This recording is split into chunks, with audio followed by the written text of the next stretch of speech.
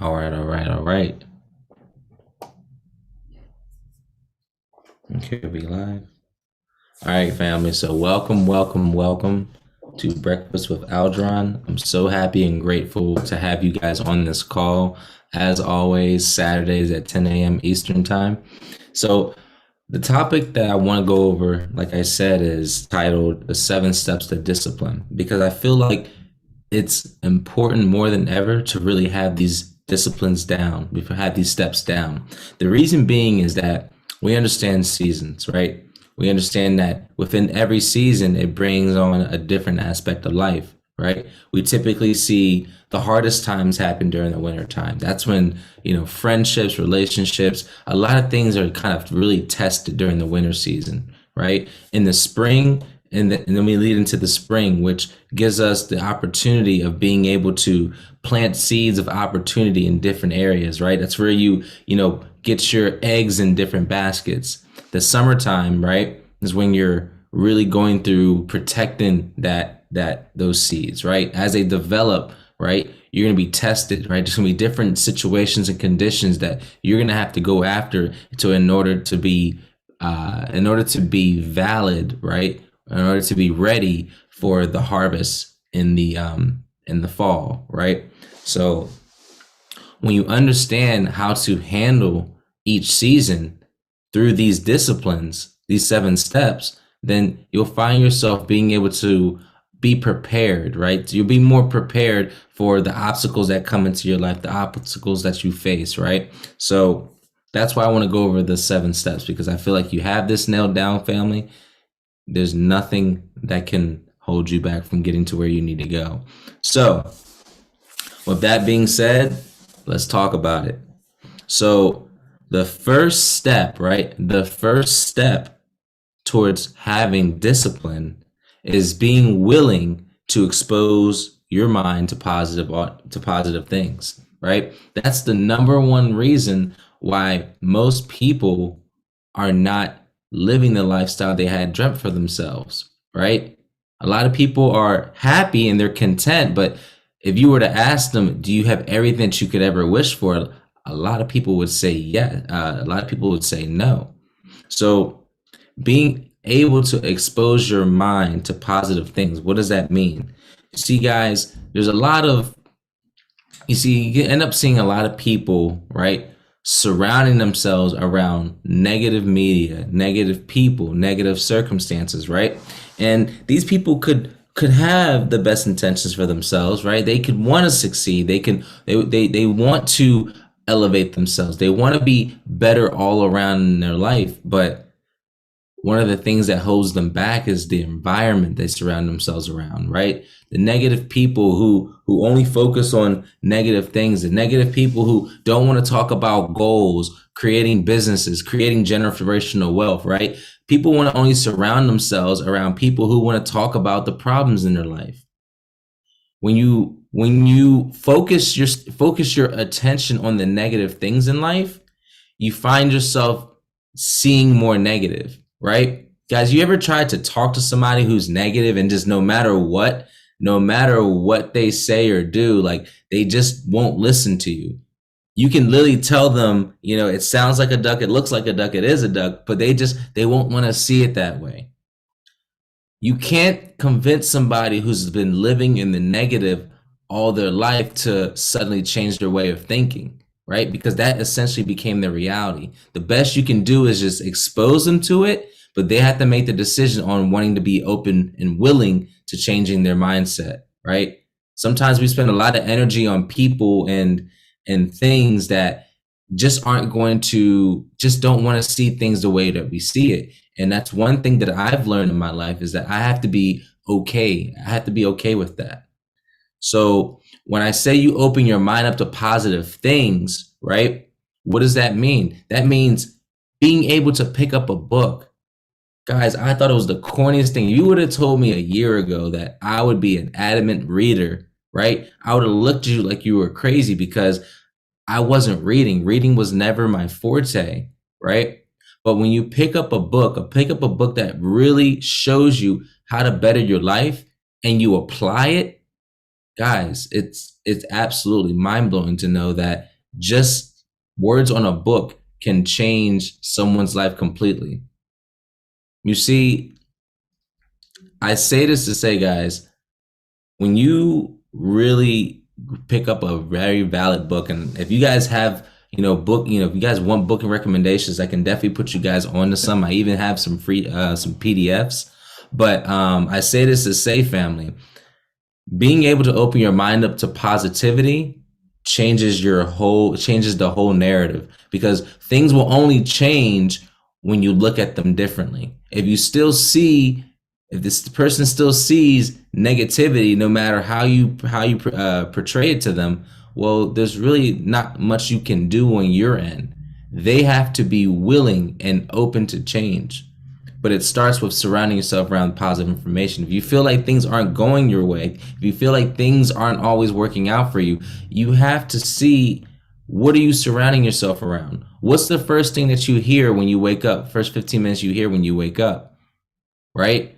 What are you doing in your morning routine? Are you just waking up just to get dressed and then out the door? Or are you taking time to invest in yourself, to meditate, to journal, to read, right? To get on your knees and just pray and just say thank you, whether it be God or the universe, just saying thankful, just being thankful, right? So it all starts with what you surround yourself around, because the things won't change until you change the way you look at it, right? So the second step is hanging out with positive, uplifting people, right? They always say that you are well within $2,000 to $3,000 annual income.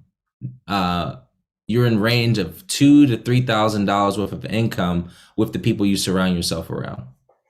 You guys are only about $2,000 to $3,000 away from indifference of the people we surround ourselves around. So I said it to say is, we attract what we are. What we attract in our life, what we have in our life, we attracted that, whether it be positive or negative. And that's a thing that a lot of people have a hard time understanding, is that when, and people sometimes don't want to take accountability for it, but I attract all the things that is in my life, whether it be good or bad. When circumstances aren't going my way, right? I always check myself. I say, okay, so where am I at right now? How am I feeling? How did my morning go? And could this have any correlation with what I'm going through right now?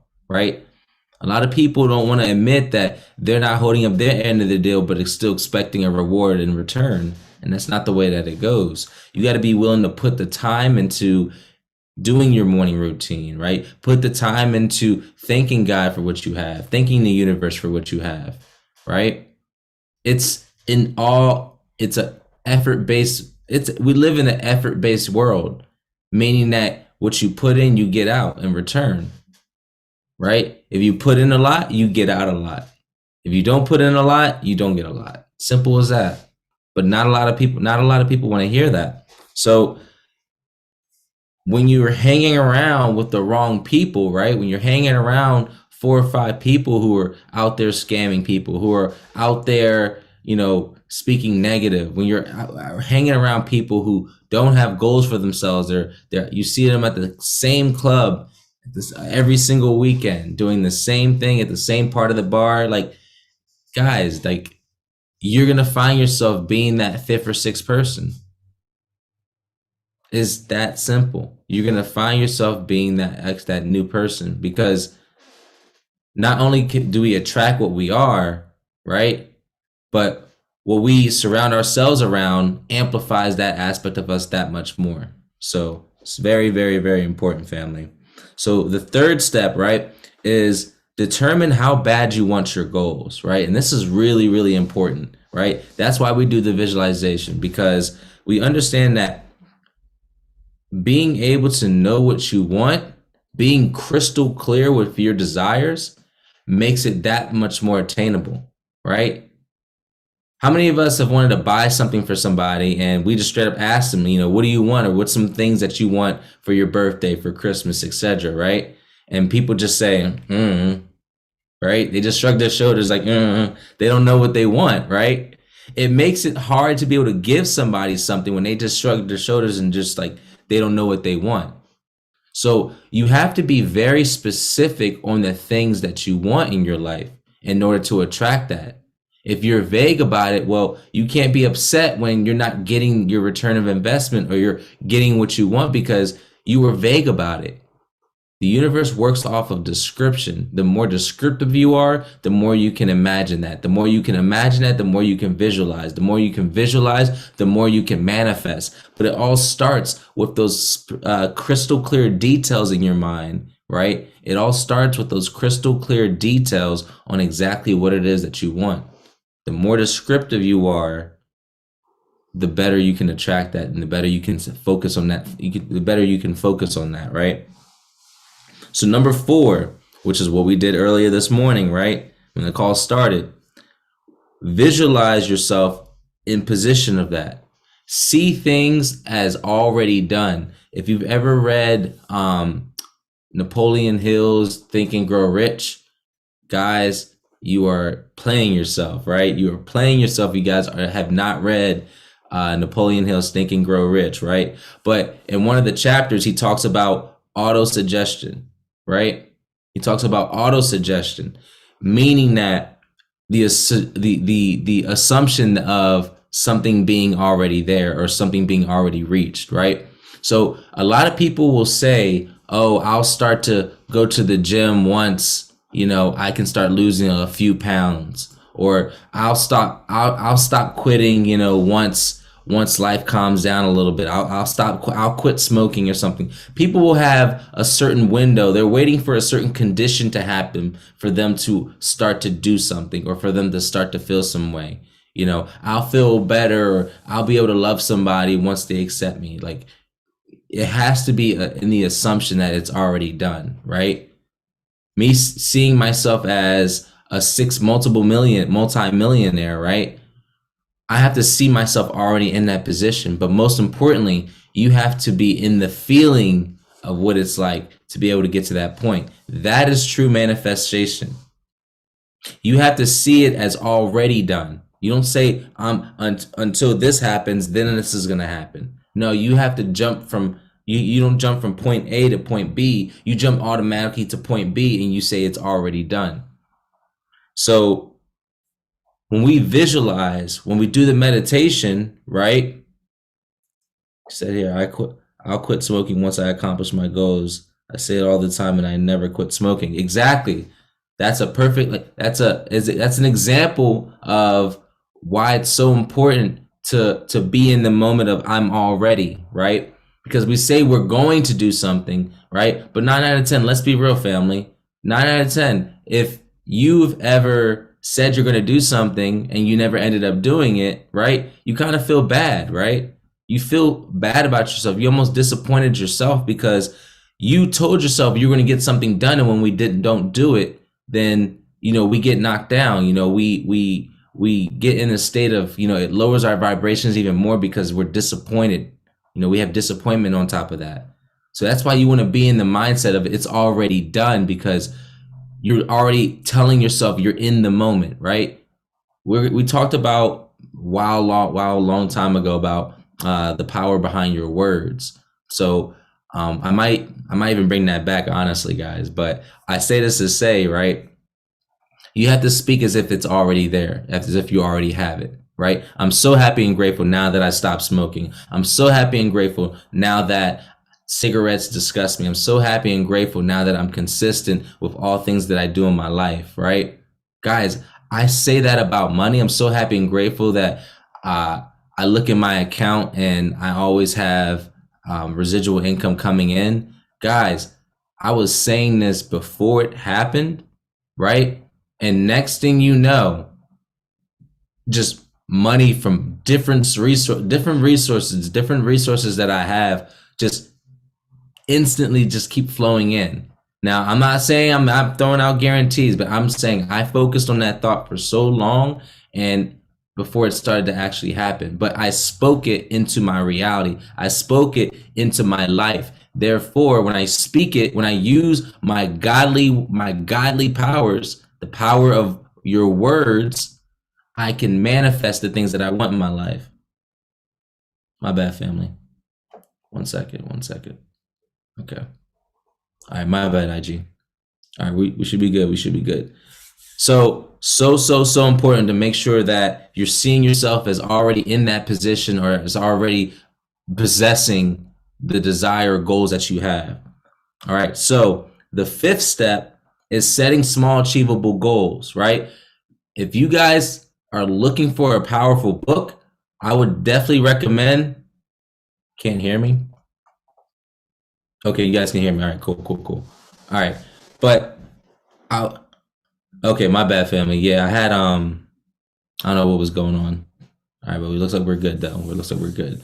But what I was saying is, right, if you guys are looking for a book, right, I highly recommend the book called The Compound Effect, because when you learn to compound small goals over a series of time, guys, you end up leading into the bigger goal, the bigger reward, right? You get a bigger return of investment if you compound those goals, if you compound those small achievable goals, right? Say, for example, right? Say you're in a business and your goal is, right, to reach $500, right? For some people, that's a lot of money, right? For some people, that's a lot of money. Let's say even $1,000, right? Say somebody wants to save $1,000, right? They want to put their money aside for emergency, right? Now, $1,000 sounds intimidating because you have your bills, you already have stuff going on in your life. How are you going to be able to save $1,000? Now, the compound effect says that when you take a penny and you double it, right? If you double it for 30 days, right? A lot of people are discouraged and say a penny, well, that's nothing. Like if you doubled it for 30 days, like that's not going to amount to anything. But I got to look up the number though. But when you actually look at if you actually do the math, right? It says that if you took a single penny and you doubled it every day, by day 30, you would already have 5 million, I'll say $5.3 million. If you took one penny, right? 1 cent, right? I don't think you can buy anything these days with a penny, right? But if you took one penny and you doubled it, you would have $5.3 million after day 30. That is the power of the compound effect, because the first couple of days, right? 1 cent, then it's 2 cents, then it's 4, 8, 16, 32, right? But you keep timesing it each and every single day, right? It's going to keep amplifying more and more, but it's just those tiny goals, those tiny steps. It's the little, my bad, family. It's the little things, right, that grow over a period of time, and it leads into the bigger goal. So I say this to say, family, right? If your goal is, like I said, if your goal is to make $100, in the next, have an extra $500 on the side for an emergency, right? You don't sit there and just dump the whole 500 there, no, right? But you do those little things like at $5 every single pay, right? $5, then you're able to do $10, then 20, then 50, then 100. Family, it grows. But a lot of people want to take on the bigger challenges instead of learning how to be able to compound, right? People end up overwhelming themselves because they give themselves too much of a responsibility to handle. And next thing you know, right? Next thing you know, they're overwhelmed and then they just stop all productivity. The book is called The Compound Effect. The Compound Effect, right? So it's just so important to understand the power behind compounding. Like I said, the book is called The Compound Effect. Think you can buy it on Amazon. I get no commission out of it. I'm just putting you guys onto some value that really helped me out, right? So the 6th step, right? The 6th step of being disciplined is have an accountability partner, right? Have somebody that's going to literally check you. You don't want to have that friend that, condones what you do. They condone for, you being inconsistent, right? You want to have that friend that sometimes you just don't want to talk to them, right? Because they're on you so much. Those are the people that we really need in our life, because sometimes people would rather run away from what they're not doing right and surround themselves around people who would condone their action, right? Instead of surrounding themselves around people who empower them, people who are going to hold them accountable for what they said they're going to do. That's how you know you have real friends in your life, because the real friend is going to tell you something that you don't want to hear. A real friend, right, is going to tell you what you don't want to hear. So it's important to make sure that we have somebody, right? The author, one sec, family. It's by Darren Hardy. Yep, Darren Hardy, The Compound Effect.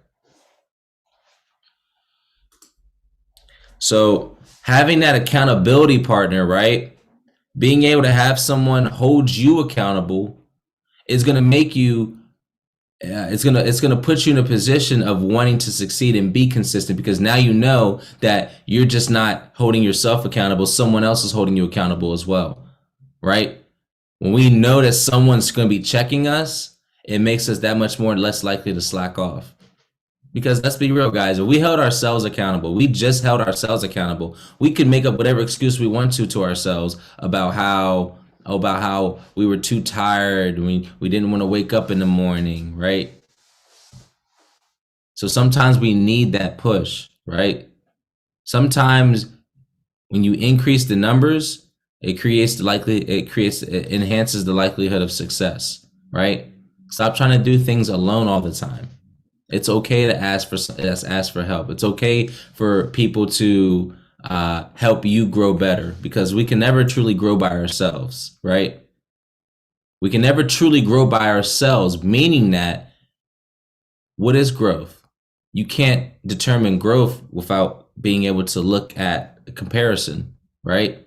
Sometimes we measure our growth from where we started. Sometimes we measure our growth from our mentors, and our mentor's standpoint or status, right? So not to get too off, not to get too far off topic, but yeah. So it's just so important to make sure you have somebody that's really out there to help you grow, and you really know when they tell you something that you don't know, that you didn't want to hear. It's true, but you didn't want to hear it. And that friend brought it up and called you out on it. That's how you know you got a real friend in your life.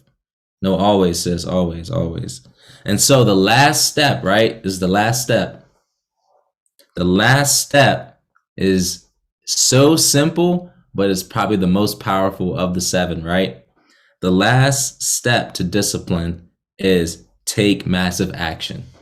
Because a lot of people, and the reason why this is so important is a lot of people know what they need to do, but having knowledge versus applying knowledge are two different things. See, actual knowledge is not what's powerful. The applied knowledge is what truly makes changes happen, right? You can know what to do. You can know that you should be getting out of a relationship. You can know that what you're doing, isn't helping you. What you're doing isn't bettering your situation, whether it be financially, spiritually, emotionally, right? You can know what to do, but he who does not take action bears no fruit at all. A farmer can't expect to harvest his crops if he did not take the action of planting those seeds. You cannot expect those blessings that you've been asking for to just land on your lap, right? You have to actually take action towards that. That's a big misconception. A lot of people will pray when they want something, but they're not willing to take the action towards just being deserving of it, right? I'm not saying anyone on this call doesn't deserve what they want. No, that's not what I'm saying at all. But only you can be most honest between you and God and the universe. Only you can be, only you know the answer to this. Have you taken the necessary steps to getting you to where you are, where you want to go? I can't answer that for you guys. You guys have to ask yourself that. Absolutely, prayer does help, because you're asking God, right? You're asking God for what you want, right? But you also have to be willing to take the action towards getting that. God's always going to give you that blessing that you've asked for in its beginning form. He's never going to give you a full plant. He's going to give you the seed, and it's up to you to take care of that seed and to grow it and develop it and then finally be able to harvest from it. He's only going to give you the seed. A lot of people want to get the plant. They don't want to have to put the work in. They want to just go to the nursery, right? for all my plant lovers, right? So most people just want to go to the nursery. They don't want to grow it. They don't want to water it. They don't want to go through the sprouting, the seedling phase, right? They just want to jump straight to the plant. They want to be able to harvest the fruit. And that's not the way life works. You're always given the seed, and it's up to you, right? The results that you get is completely up to you and how you took care of that seed. So always important to make sure you take massive action towards taking care of that seed. Water your seed. Make sure your seed is growing in a healthy environment. You're taking the action towards picking out all the weeds in your life, right? It all starts with that action. So that is the 7 steps towards discipline, family. I'll read them over for those that hopped on the call a little bit later. So we said that the first step is expose your mind to positive things, right? It all starts with how you wake up. What are you listening to, right? What are you seeing, right? Get yourself away from the negative things in your life. Get yourself away from all the negative, all the negativity, because that ends up becoming your life. You attract what you are, right? We said step 2 was hang out with more positive, uplifting people. Once again, the people you surround yourself, it's called law association, right? The people you associate with is essentially who you are. So if you're not happy with life, you're not happy with the energy that goes around, like, guys, if you're on a high end, guys, I want to ask you guys to make sure that you guys have been paying attention, right? If you're on a high vibration, right, and you surround yourself around people who are on lower vibrations than you, what does that do to your vibration? Does it elevate it or does it lower it? Someone let me know. I want to make sure you guys have been paying attention, right? Law of association. What does it do to your energy? Because if anything you guys get from this call, I at least want you guys to get that. So someone drop it. Absolutely, right?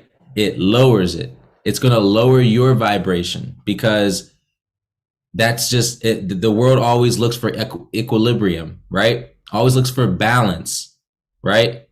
So it's important that you're aware of who you surround yourself around. Sometimes, we want to be nice. Sometimes we just want to be, we want to give people, who don't have what we have. I get it. We have good intentions. But at the end of the day, if you're surrounding yourself around someone who has a lower vibration, right?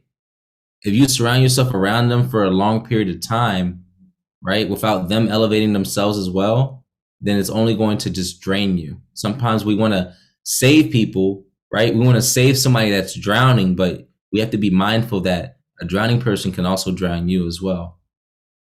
So be mindful of who you surround yourself around. We said step 3 was determine how bad you want your goal. Don't just say you want it, right? Don't just say it. Be descriptive. What exactly do you want?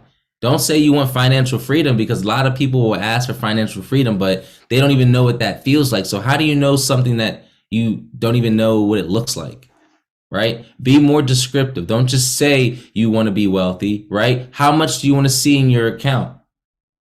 How much do you want to be making deposits on a monthly basis, right? Be more descriptive. Number 4, we said visualize yourself in that position. Auto suggestion. Assume that it is already done. Don't say I'll start to go to the gym when the summer comes back. No, why are you not starting now? Why are you creating excuses for yourself for why you can't get something started right now? Right? Because that's all it is at the end of the day. It's just an excuse. You're looking to justify why you shouldn't be doing what you should be doing. Got to be real with yourself. Sometimes we got to be tough. I know it's uncomfortable. It makes us feel uneasy, but sometimes you have to be hard on yourself, right? To be able to push yourself and let yourself know that, hey, I'm not doing what I need to. I need to change, because that's the only way things will change in your life, right? Then we said number 5 was set small goals, right? Compound effect. The small goals leading to the bigger goals. Break your goal up, right? Instead of saying, I'm going to do 70 push-ups, right? That's a lot. That's a lot straight. Instead, I'm going to do 70 push-ups. I'm going to do 10 push-ups every single day for a week. What does that lead up to, guys? 70 days. 70 push-ups, right? Break it up so that it is attainable, right? And if on a longer term, you'll see that that compounds into the bigger result.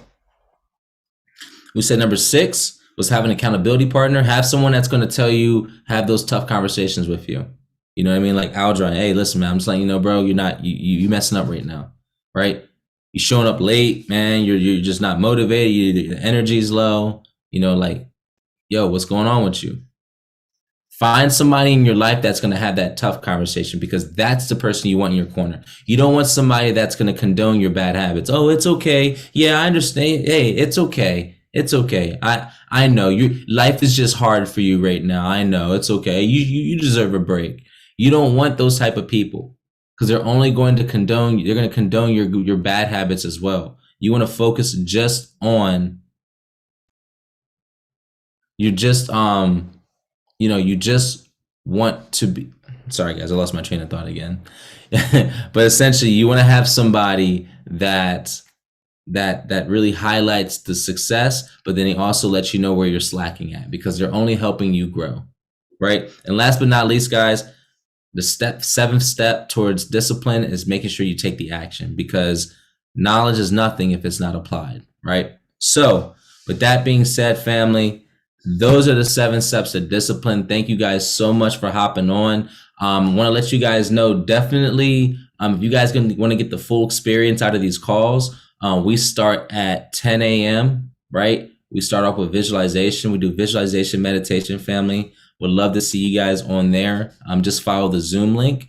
But with that being said, family, I hope you guys got some value. Guys, drop some fire emojis, drop some hearts in the chat if you guys were able to get some value out of these 7 steps.